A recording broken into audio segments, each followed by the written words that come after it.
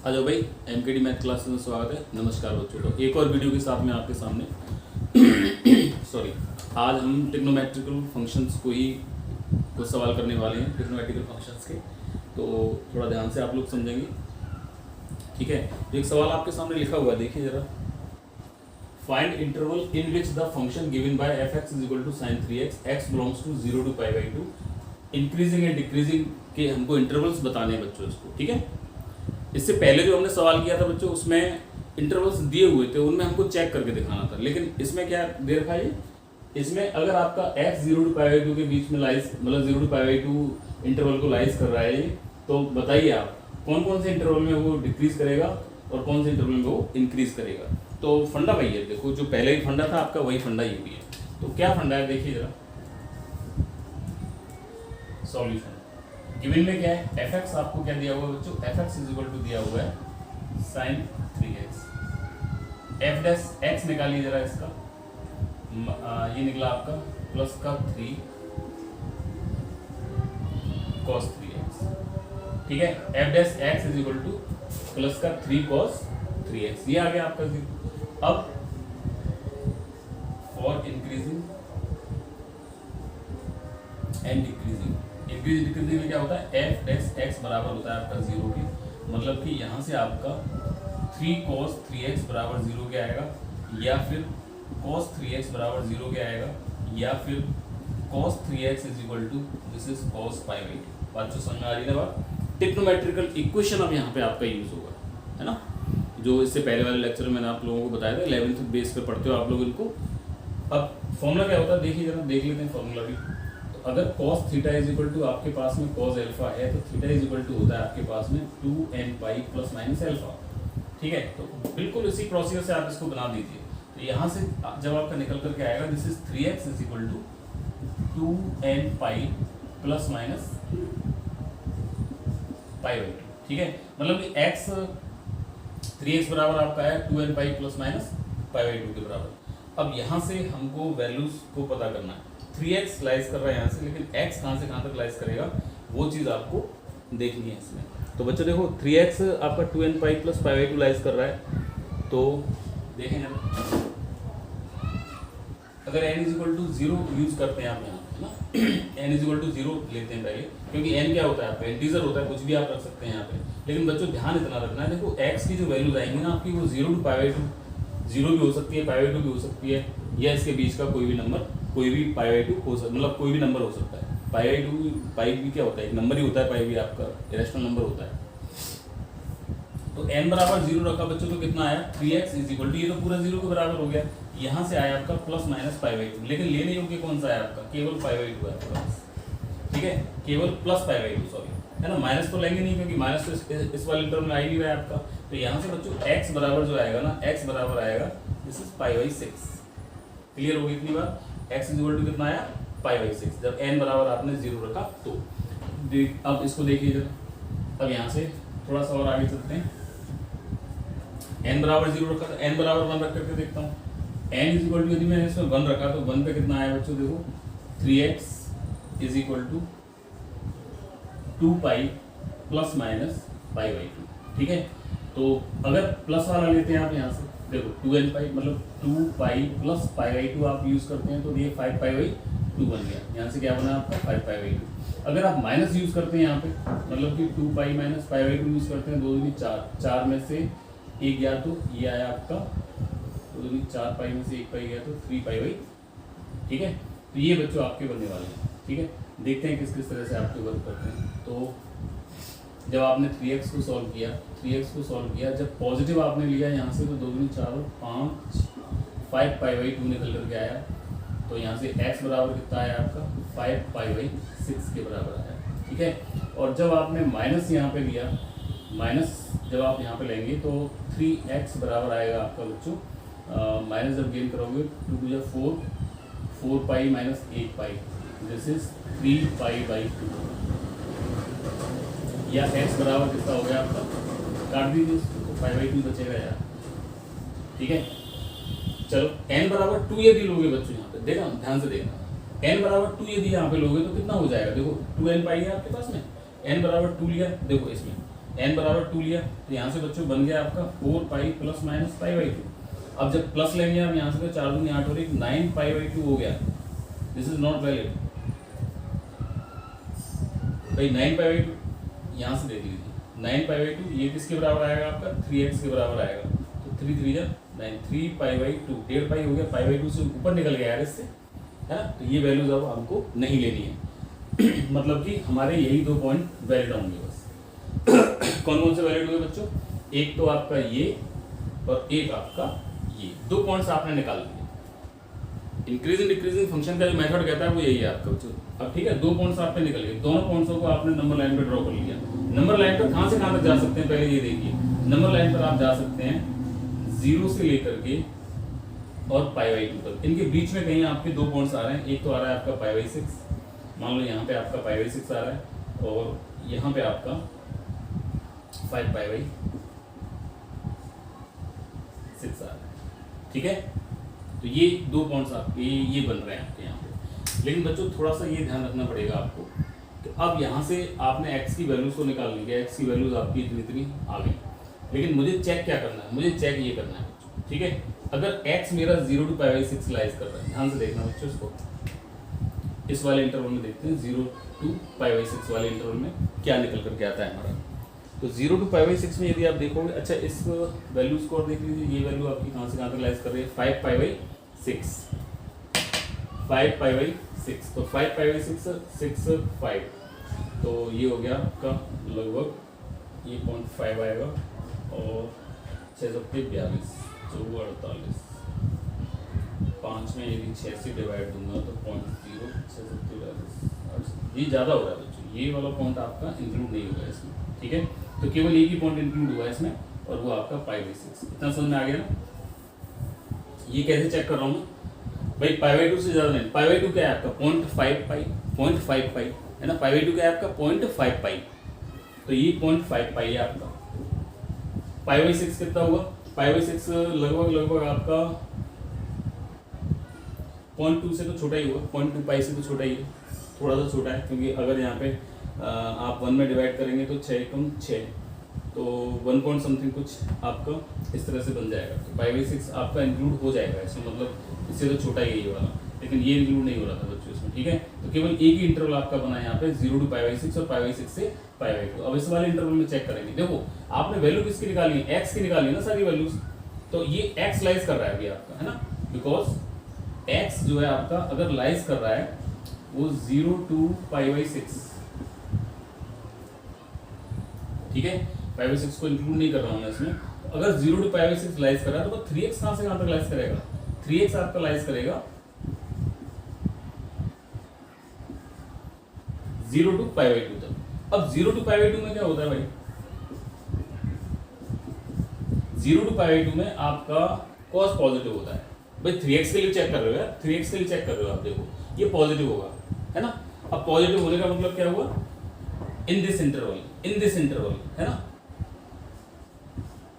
cos 3x is greater then 0। cos 3x आपका greater than 0 हुआ। जब cos 3x ग्रेटर देन 0 है तो निश्चित रूप से f डैश x भी आपका ग्रेटर देन 0 हुआ, ठीक है। इतनी बात पक्की समझ में आ गई। अब जब f डैश x आपका ग्रेटर देन 0 है, आपका पूछ क्या रहा है वो आपसे? इंक्रीजिंग फंक्शन पूछ रहा है और डिक्रीजिंग फंक्शन पूछ रहा है। अगर f डैश x आपका, अच्छा ये एक चीज और देख लीजिए, पाई बाई 2 भी इंक्लूड कर लीजिए इसमें, क्योंकि ये केवल इंक्रीजिंग और डिक्रीजिंग पूछ रहा है आपसे। केवल इंक्रीजिंग डिक्रीजिंग पूछ रहा है तो इंक्लूड करना पड़ेगा आपके, क्योंकि 0 जब भी बनेगा आपका।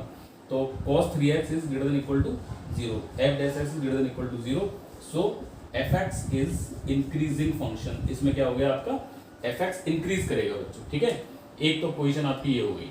और दूसरी पोजीशन क्या बनती है देखिए जरा। अगर इस वाले में आप चेक करें इसको, अगर आप इसको इसमें चेक करते हैं पाई बाई 6 से लेकर के पाई बाई 2 तक चेक करते हैं, इन x कहाँ से कहाँ तक लाइज कर रहा है आपका? x लाइज कर रहा है बच्चों पाई बाई 6 से लेकर के और पाई बाई 2 तक। इंक्लूड कर लीजिए क्योंकि स्ट्रिक्टली नहीं पूछ रहा है वो। 3x देखो कहाँ से कहाँ तक, 3 का मल्टीप्लाई कर दिया है इसमें, तो ये आ गया आपका pi by 2 less than is equal to 3x less than is equal to 3 pi by, ठीक है। 3x यहाँ से यहाँ तक लाइज कर रहा है, तो cos 3x कहाँ से कहाँ तक लाइज करेगा आपका? π/2 से लेकर के 3π/2 तक लाइज कर रहा है। अब ये कॉस के लिए यदि आप बनाओगे तो ASPC ये आपका 0 होता है, ये π/2 होता है, ये आपका पाई होता है और ये आपका 3π/2 होता है। तो π/2 से लेकर के और यहाँ इसमें क्या होता है कॉस नेगेटिव, इसमें भी क्या होता है आपका कॉस नेगेटिव। तो इसमें क्या हुआ बच्चों, कॉस आपका पूरा नेगेटिव हुआ, cos 3x नेगेटिव हुआ, तो हम क्या लिखेंगे, तो cos 3x जो होगा which is less than 0, less than equal to 0। So f dash x क्या हुआ, f dash x less than equal to 0, hence fx is decreasing. तो डिक्रीज किसमें किया बच्चों, डिक्रीज किया, ठीक है। या फिर अगर आप x के रूप में दिखाना चाहें तो x यदि आपका यहां से यहां तक लाइज करेगा तो फंक्शन डिक्रीज करेगा, और अगर आपका x यहां से यहां तक लाइज करेगा तो फंक्शन आपका इंक्रीज करेगा। तो इतना बात समझ में आ गया होगा बच्चों आपको।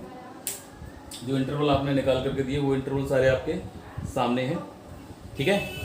तो ये सवाल इस तरह से आपका बनता है। मैं डाल रहा हूँ सवाल को।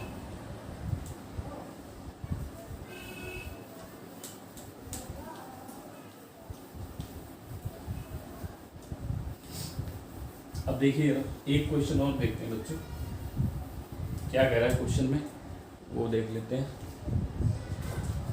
ये कह रहा है find the interval, interval find out करने हैं आपको, find the interval, find intervals, find intervals, जबकि उसने दिया हुआ है किसके लिए इंटरवल फाइंड करवा रहा है, find the interval in which the function strictly increasing और स्ट्रिक्टली डिक्रीजिंग, स्ट्रिक्टली इंक्रीजिंग और स्ट्रिक्टली डिक्रीजिंग के लिए पूछ रहा है आपसे। fx इज इक्वल टू इसने दिया हुआ है sin x plus cos x, ठीक है बच्चों, बढ़िया सवाल है। लेकिन x भी दे रखा है इसने, x कहाँ से कहाँ तक लाइज कर रहा है आपका, x is greater than equal to 0 less than is equal to 2π, ठीक है। x यहाँ से यहाँ तक आपको दिया हुआ है, greater than equal to 0 less than equal to 2π। तो बच्चों चलो इसे भी देखते हैं, देखिए जरा ध्यान से देखिए बच्चों इसको। तो सॉल्यूशन देखते हैं इसका, बढ़िया सवाल है, इंपॉर्टेंट क्वेश्चन है, आ चुका है आपका बच्चों। कभी बदल बदल के आ जाता है, कभी sin x minus cos x दे देता है, कभी cos x minus sin x दे देता है, ठीक है। तो इस तरह से सवाल देता है, पर फंडा इसका एक ही है, वो आप देख लीजिए ध्यान से। वो क्या फंडा है देखिए जरा, f डैश x कितना निकला बच्चों, this is cos x minus sin x। अब फॉर इंक्रीजिंग और डिक्रीजिंग, इंक्रीजिंग डिक्रीजिंग के लिए क्या होता है, f डैश x बराबर रखते हैं 0, मतलब कि cos x minus sine X is equal to 0, मतलब कि साइन एक्स को उधर ले जाओ, है ना, या फिर cos x को उधर लेकर के ये बन जाएगा आपका this is tan x is equal to 1, मतलब कि tan x is equal to 1 कब होता है, दिस इज tan π/4 पर 1 होता है आपका, ठीक है। या फिर आप इक्वेशन वाला यूज करेंगे उसमें, बिकॉज आप जानते हो अगर tan theta is equal to आपको tan अल्फा दिया हुआ है, then theta is equal to n pi plus alpha, ठीक है। तो x इज इक्वल टू कितना निकल करके आया बच्चों, n पाई प्लस π/4। अब वैल्यूज निकाल लीजिए, लेकिन बच्चों वैल्यू जब निकालोगे ना तो वो हमेशा 0 और 2π के बीच में होनी चाहिए, ठीक है। 0 और 2π के बीच में वैल्यूज आपकी होनी चाहिए।